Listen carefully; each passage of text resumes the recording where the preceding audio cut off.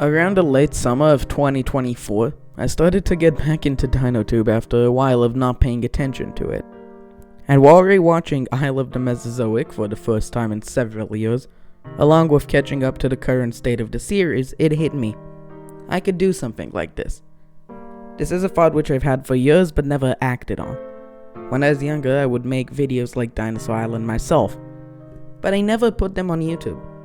Initially, I was just recreating Dinosaur Island with some of my own story twists. So even though I was really young at the time, I was still self-aware enough to know that I was copying storylines, even if that came from a place of love. Eventually, I got into editing, and one of my outlines for it were episodes like these. I began to develop entirely original storylines, I began to edit episodes, I began to write full scripts. But I still never felt like it was good enough or original enough to be put onto YouTube. And then when I got back into DinoTube, I knew that I wanted to make a DI type series of my own, and I knew that I wanted it to be unlike anything that had ever come before.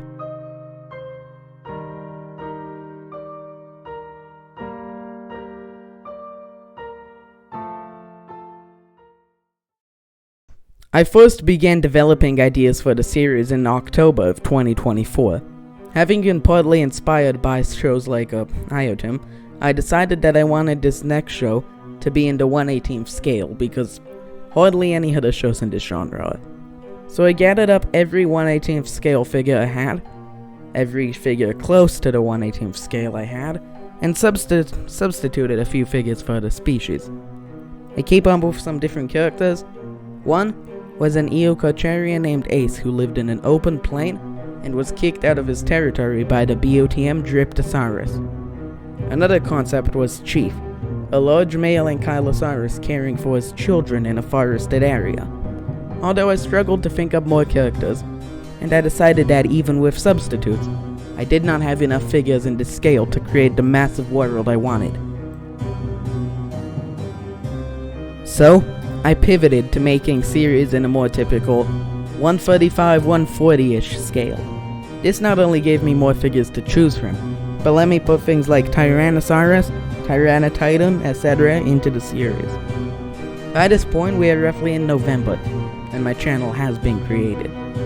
Although outside of I think a couple of community posts, I never made a reference to the series I was working on. I did craft quite a bit in the background. I created a map, I created characters, I created the opening narration. I even had a couple of fully developed characters. Those were Greyclaw the Meraxes, Jack the Dinochirus, and Beast the Tyrannosaurus. I even had a name for the series, Sunrise Island. But there was a problem I encountered. I had a pretty big collection and a desire to put in as much as possible into this series. And that may sound like a good thing, but that left me unable to filter out figures and plot lines, which just wouldn't match with the rest of the series. So, not trying to make a huge, overcomplicated story with messy lore for my first ever season, I switched back to the 1/18th scale. This may have given me less to work with, but looking back, I honestly do think having slightly less to work with for the first season ended up improving the quality of the final product.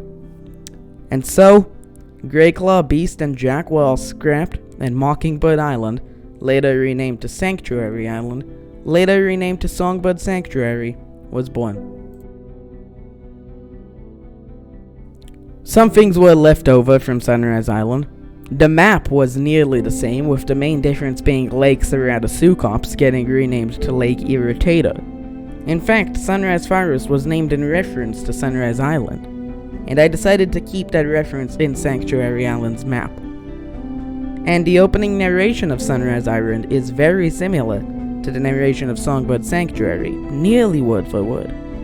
Obviously, I couldn't carry over Sunrise Island characters, and I don't really think any of them were developed enough that I could carry over the orcs and just replace them with a different figure. So, basically all of those guys got scrapped.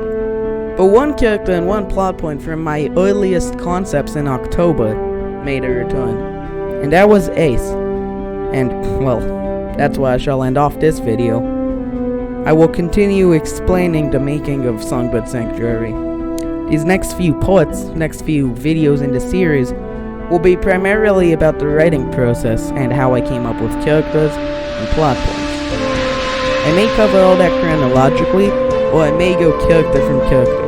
For example, having one video on Ace, one video on Hermes, etc.